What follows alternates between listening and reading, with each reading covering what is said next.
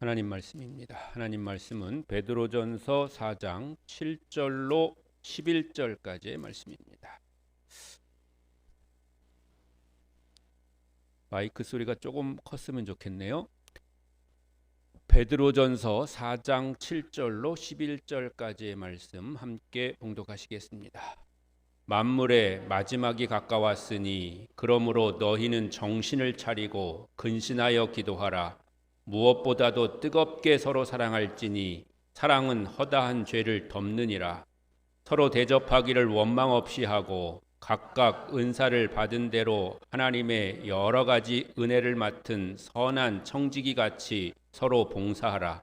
만일 누가 말하려면 하나님의 말씀을 하는 것 같이 하고 누가 봉사하려면 하나님이 공급하시는 힘으로 하는 것 같이 하라. 이는 범사에 예수 그리스도로 말미암아 하나님이 영광을 받으시게 하려 함이니 그에게 영광과 권능이 세세히 무궁하도록 있느니라. 아멘. 할렐루야. 우리가 마지막이라는 그런 말은 우리에게 주는 의미가 아주 대단히 큽니다. 우리가 흔히 끝이 보인다라고 했을 때 그 끝이 고난이나 역경의 끝이라면 희망적인 메시지인 거죠. 또 내가 하는 일이나 관계의 끝을 말한다면 아쉽고 시원섭섭한 그런 일이 될 수도 있을 것입니다. 현실적으로 누구나 맞이하는 마지막에는 퇴직이나 은퇴 같은 게 있어요. 그런데 우리가 아는 말처럼 떠나야 될 때를 알고 떠나는 사람의 뒷모습이 얼마나 아름다우냐라고 하는 그런 말도 있던 것처럼 사실은 떠나기가 쉽지 않은 것도 현실입니다. 어떤 권력을 가지고 있는 사람들 같은 경우에 그것을 내려놓고 떠난다고 하는 거, 그것을 마감해야 된다는 거, 이런 것들이 굉장히 큰 어려움이고 개인적으로는 상실감을 느끼게 되기 때문에 그런 것이죠. 그럼에도 불구하고 그것이 자기에게 주어져야 할 그런 마지막인 것을 인정하고 깨닫고 그렇게 순응할 수 있다고 한다면 그것은 굉장히 귀하고 복된 일일 것입니다. 그러나 오늘 성경이 말하는 그런 마지막은 만물의 마지막을 말하는 것인데 세상의 끝을 말하는 것입니다. 더 정확하게는 예수 그리스도의 재림을 말하는 것이죠. 세상의 끝은 예수 그리스도의 재림을 통해서 완성되는데요. 흔히 종말 또는 종말론이라고 그렇게 부릅니다. 그런데 종말론에도요, 역사적인 종말론이 있는가 하면 시한부 종말론이라는 것이 있습니다. 먼저 이 시한부 종말론이라는 것은 다른 말로는 세대주의적 종말론이라고도 부르는데 간단하게 말씀드리면 뭐냐면 몇 날 몇 시가 정해진 그런 종말이 있다는 겁니다. 그러니까 그들의 목적은 그때가 언제인가? 그것이 그들의 목적입니다. 주로 이단들이 사용하는 거죠. 그러니까 그들은 마지막 종말의 때가 언제냐 그걸 알아내고 그것이 언제라고 정해졌으면 그 때에 맞춰서 사는 것, 그것이 그들의 목적인 거죠. 그러다 보면 이 땅에서의 그런 일반적인 일상생활이 어렵게 되는 그런 경우가 많이 있는 거죠. 그런데 우리가 잘 아는 것처럼 주님이 다시 오심은 하늘의 천사도 아들도 모르고 오직 아버지 하나님만이 아시는 일인 줄로 믿습니다. 반면에 역사적 종말론이라고 하는 게 있는데요. 이 역사적 종말론이라는 것은 하나님의 역사가 반복되거나 또는 되돌아갈 수 없는 그런 직선적인 역사라고 하는 것입니다. 즉 분명한 끝을 향해서 달려가고 있다는 거죠. 그리고 그 역사를 주관하시는 분이 하나님이시라는 겁니다. 이것은 주님이 부활 승천하실 때에 제자들에게 들려주신 그런 말씀에 근거한 것인데요. 이 예수는 하늘로 가심을 본 그대로 오시리라 라고 말씀하셨습니다. 그래서 초대교회 사람들은 이 일이, 즉 종말, 주님이 재림이 자신들의 살아생전에 일어날 것이라고 그렇게 생각했습니다. 그래서 종말에 대한, 즉 예수 재림에 대한 기대도 가지고 있었지만 두려움도 가지고 있었습니다. 그런 초대교회 교인들에게 오늘 베드로는 종말에 대해서 가르치고 있는 겁니다. 종말은 분명히 있을 건데 그 종말에 대해서 정해놓고 달려가는 게 아니라 마지막 때를 살아가는 성도의 자세가 어떠해야 하냐 하는 것을 이제 말하고 있는 것이죠. 오늘 본문 만물의 마지막이 가까웠으니는 바로 그런 것을 말하는 겁니다.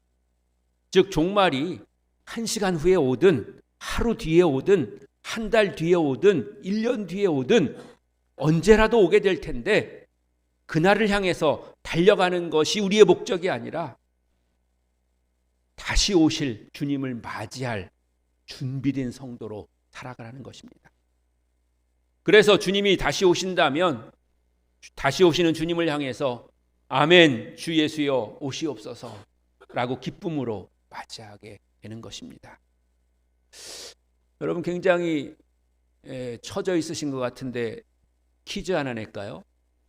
아멘 주 예수여 오시옵소서를 원어로 하면 뭐라고 한다고 그랬죠? 네. 앞에 계신 분은 아시네요. 마라나타 하잖아요. 많이 우리가 했잖아요. 저는 절대 모르는 걸 물어보진 않습니다. 다 알고 익숙한 것만 물어봅니다. 그러면 그 마지막 시대를 살아가는 성도의 자세는 어떠해야 될까요? 첫 번째는 기도하기 위해서 마음을 가다듬고 정신을 차리십시오 라고 그렇게 권면하고 있습니다. 마음을 가다듬고라는 말은 주변 환경에 흔들리거나 또는 감정에 빠져가지고 감정에 좌지우지되지 않고 조심스럽게 마음을 잡는 것을 말합니다. 우리가 지난 사순절 동안 배웠던 것처럼 기도는 하나님을 향하는 거고 주님과 교제하는 시간입니다. 그렇기 때문에 주변 환경에 방해를 받으면 안 됩니다. 또 내 감정에 빠져서도 안 됩니다. 기도가 나 자신을 향하는 것이 아니기 때문에 그렇습니다. 다시 한번 말씀드리지만 기도는 하나님을 향하는 것이고 하나님의 임재 안에 내가 들어가는 것입니다. 그래서 성도는 정신을 차려야 되는 것입니다. 정신을 차리라는 이 원어의 직설적인 표현은 미친 상태가 아니다 이런 뜻입니다. 올바르고 침착한 마음과 건전한 정신을 가지는 것을 의미하는 것입니다. 그래서 그리스도인은 술이나 졸림, 마약 등으로 인해서 정신을 못 차리거나 멍한 상태로 있어서는 안 되고 자신의 기능을 완전히 통제할 수 있는 그런 상태로 깨어 있어야 된다는 겁니다. 왜냐하면 그래야지만이 우리가 기도에 전념할 수가 있다는 것이죠. 그래서 성경의 다른 곳에서는 또한 술 취하지 말라 이렇게 말씀하시는 겁니다. 기도할 때 정신이 깨어 있으면 틀림없이 하나님의 뜻 안에 있는 것만을 위해서 우리가 기도하게 될 것이고요. 기도에 확신을 갖게 될 것이기 때문에 그렇습니다. 그렇지 않고 자신의 감정에 빠져 있으면 때로는 자신의 감정의 그런 거에 치우친 그런 기도들을 하게 되기 때문에 그런 것이죠. 요한일서 5장 14절로 15절 함께 읽으시겠습니다. 시작. 그를 향하여 우리가 가진 바 담대함이 이것이니 그의 뜻대로 무엇을 구하면 들으심이라.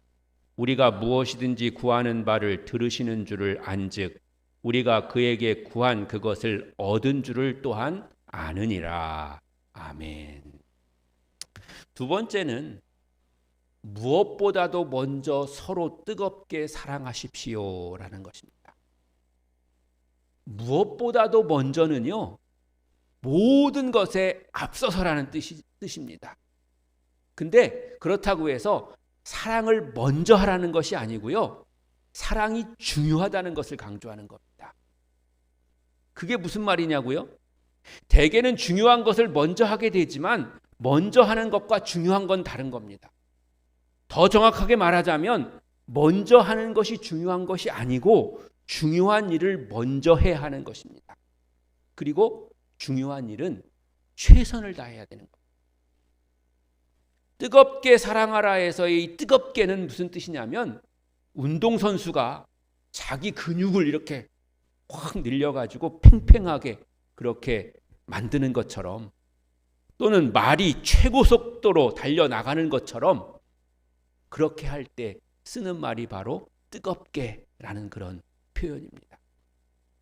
그러므로 믿는 사람들은 자신의 힘을 최대한으로 발휘를 해가지고 전심전력으로 사랑을 실천해야 되고요.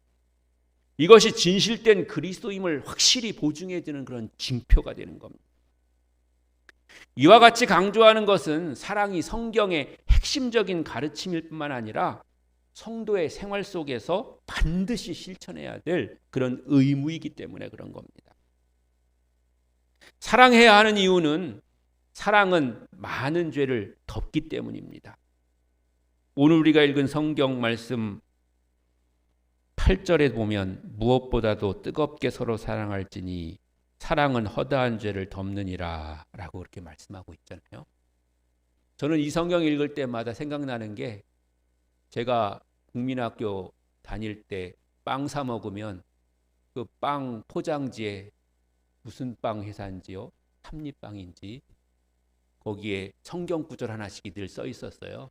그 중에 제가 기억나는 게 이 성경 구절이에요. 사랑은 허다한 죄를 덮느니라.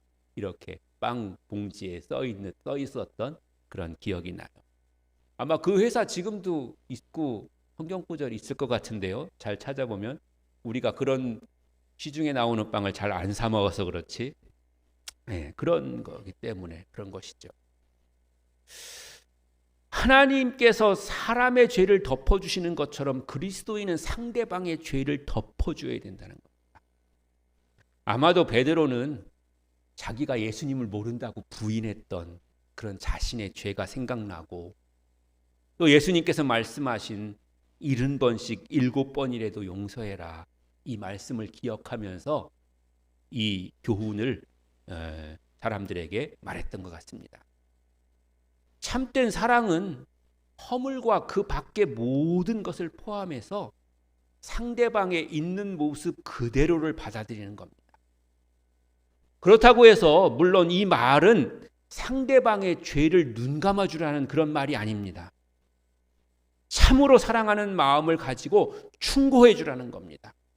그리고 그 충고를 듣고 죄를 청산했을 때는 그의 과거에 대해서 문제 삼거나 추궁해서는 안 된다는 거죠.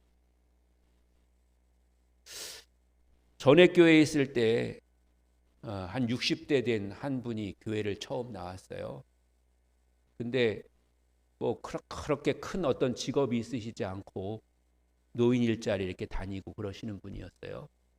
그런데 교회에 굉장히 많은 관심을 가지시고 교회 곳곳에 다니시면서 이렇게 이렇게 수리해야 될 거, 아주 크게 수리는 아니지만 조금씩 떨어져 나가는데 이런 데를 이렇게 수리하고 싶어하고 뭐 그렇게 하고 싶어해요.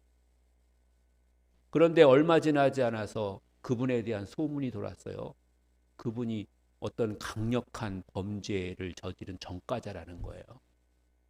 그러니까 교인들이 다 수근수근하고 그 사람에 대해서 경계하고 막 그러죠. 그래서 제가 그분에게, 우리 교인들에게는 그렇게 얘기를 했죠.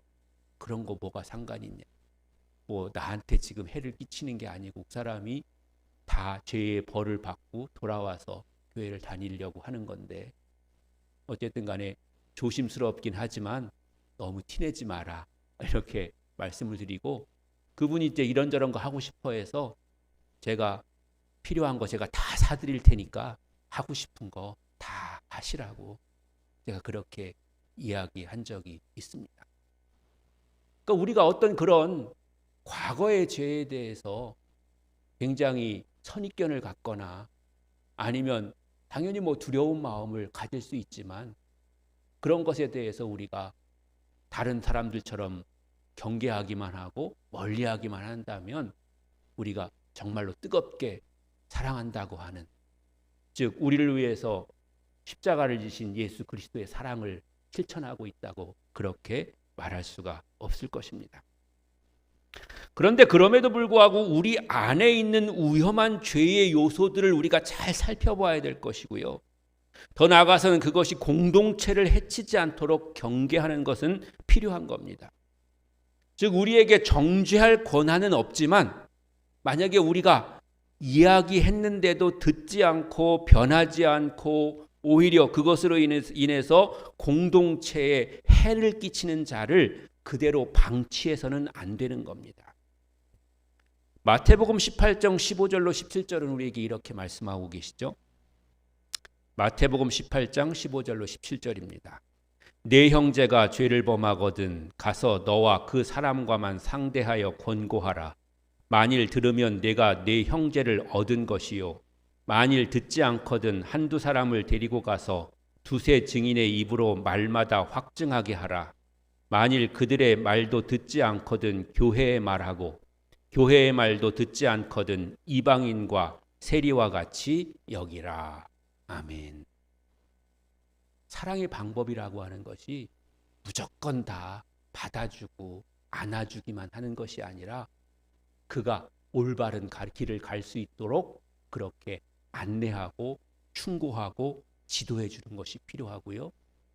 그래도 되지 않으면 공동체의 유익을 위해서 분리하는 것도 필요하다고 하는 것을 우리에게 말씀해 주고 계신 거죠.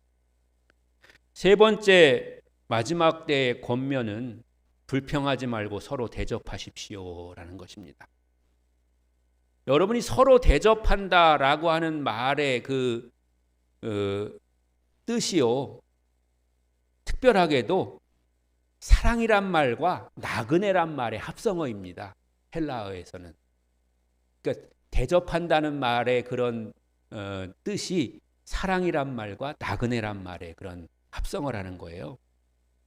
그래서 알지 못하는 사람과 나그네를 친절하게 대접한다는 그런 의미를 가지고 있습니다. 왜냐하면 당시 로마 제국 안에는 나그네들이 많이 있었습니다. 그들 중에는 순회 선교자나 설교가, 전도자들이 그 안에 들어 있었다는 거죠. 사실 나그네를 대접한다는 것은 힘들고 버거운 그런 일이죠. 그러나 그렇게 하는 것이 사랑을 실천할 수 있는 그런 구체적인 방법이고 또 아름다운 풍습들 중에 하나입니다. 그래서 손님을 대접하는 것은 신약 성경에서 자주 언급되고요. 마지막 심판 때에는 상급의 조건이 바로 나그네를 대접하는 그런 것입니다. 마태복음 25장 35절 36절입니다. 시작. 내가 주일 때에 너희가 먹을 것을 주었고 목마를 때에 마시게 하였고 나그네 되었을 때에 영접하였고 헐벗었을 때에 옷을 입혔고 병들었을 때에 돌보았고 옥에 갇혔을 때에 와서 보았느니라. 아멘.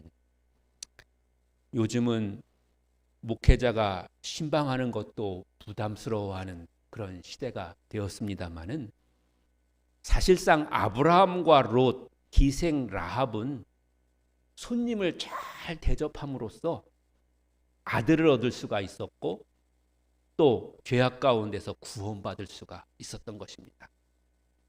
그러므로 손님을 접대하면서 힘들다고 불평하는 것은 바람직하지 않습니다. 마르다는 열심히 예수님을 대접한다고 수고했지만 불평함으로써 칭찬을 듣지 못했습니다. 남을 대접하는 것은 그리스도를 대접하는 것이 되기 때문에 그렇습니다. 그에 대해서 주님께서 크게 보답해 주실 뿐만 아니라 필요한 것을 공급해 주실 줄로 믿습니다. 마태복음 10장 40절로 42절입니다. 너희를 영접하는 자는 나를 영접하는 것이요 나를 영접하는 자는 나를 보내신 이를 영접하는 것이니라. 선지자의 이름으로 선지자를 영접하는 자는 선지자의 상을 받을 것이요 의인의 이름으로 의인을 영접하는 자는 의인의 상을 받을 것이요 또 누구든지 제자의 이름으로 이 작은 자 중 하나에게 생수 한 그릇이라도 주는 자는 내가 진실로 너희에게 이르노니 그 사람이 결단코 상을 잃지 아니하리라 하시니라. 아멘. 이어서 히브리서 13장 2절입니다. 손님 대접하기를 잊지 말라. 이로써 부지 중에 천사들을 대접한 이들이 있었느니라. 아멘.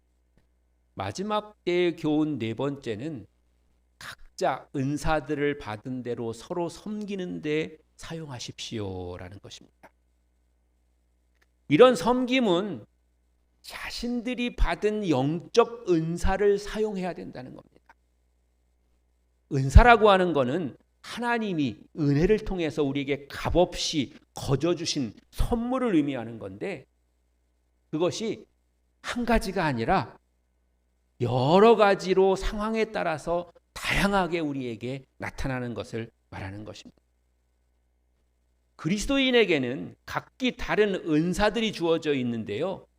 그 은사의 종류나 많고 적음에 관계없이 은사들을 받은 대로 최선을 다해서 섬기고 또 봉사해야 한다는 것입니다. 자칫하면 은사를 받은 사람이 스스로 교만해져 가지고 은사를 자신의 명예나 특권을 나타내는 도구로 사용하기가 쉽습니다. 이것은 마치 어리석은 부자가 재물들을 선한 일을 하는 데 쓰지 않고 창고에 쌓아두려고 하는 것과 같은 겁니다.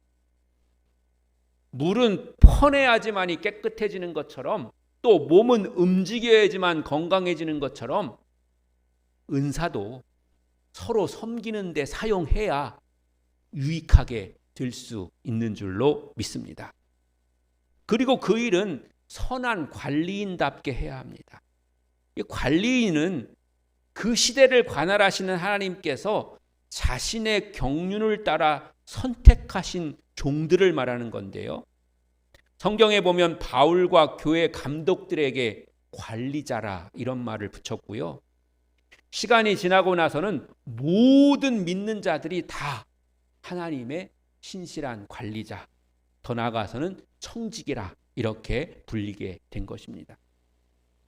관리인은 자기 주인의 재산을 주인의 뜻과 지시에 따라서 분배하고 집안을 관리하는 봉사자를 의미하는 겁니다.